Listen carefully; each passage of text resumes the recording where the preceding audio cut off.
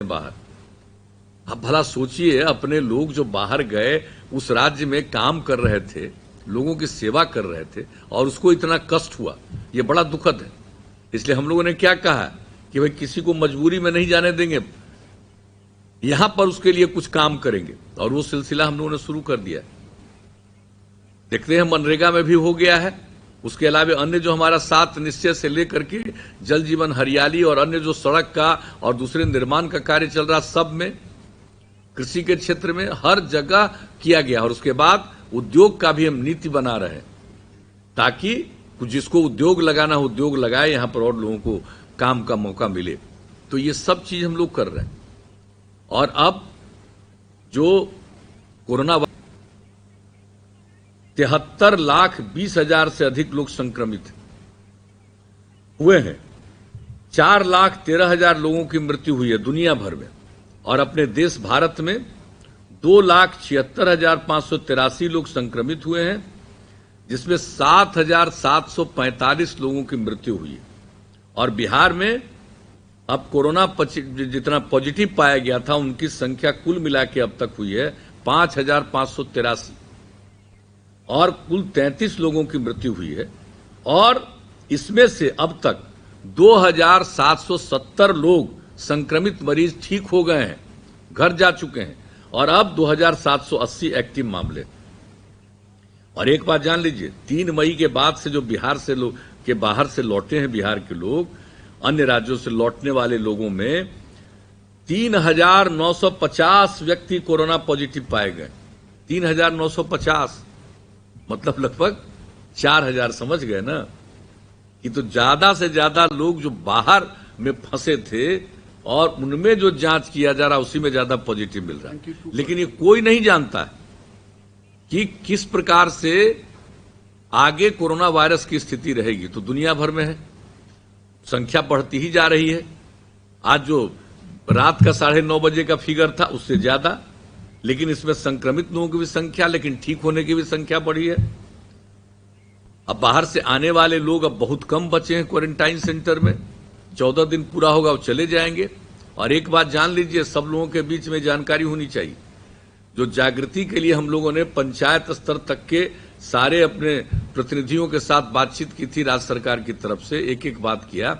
और उसमें हम लोगों ने बता दिया कि जो कोरोना वायरस है उससे डरने की जरूरत नहीं है, लेकिन इसके लिए सतर्क और सचेत रहना है। और सब लोगों को सचेत रखने के लिए, जागरूक रखने के लिए हम लोग इस बात का प्रचार प्रसार करते रहेंगे। तो सब चीज है। और तो जो कोरोना वायरस के बारे में हम बताए, तो इसके बारे में ये जान लीजिए कि सचेत रहिएगा। और बाकी लोगों को तो सचेत किया ही गया है, जो पूरा का पूरा लाउड स्पीकर से प्रचार।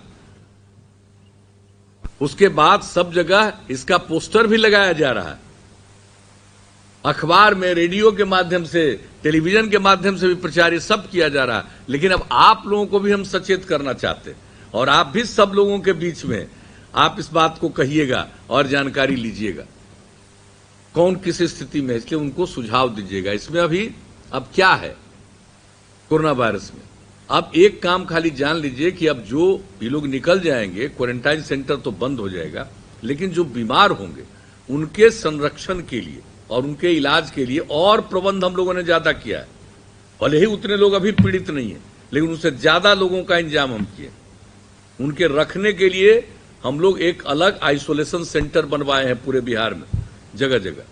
और अगर वो ज्यादा कुछ बीमार हो जाएंगे, उनको बुखार लगा रहेगा, तो सब डिवीजन अनुमंडल स्तर पर उसका इंतजाम और उनके इलाज का इंतजाम। और कोई गंभीर से रूप से बीमार होंगे तो बिहार में 3 मेडिकल कॉलेज में उसका इंतजाम किया गया।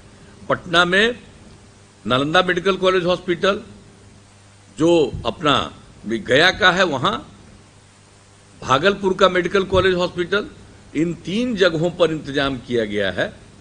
वो हर तरह का इंतजाम भी रखे हुए, उसकी चिंता मत करिए। लेकिन लोगों को सजग करना, आप खुद भी सजग होना है।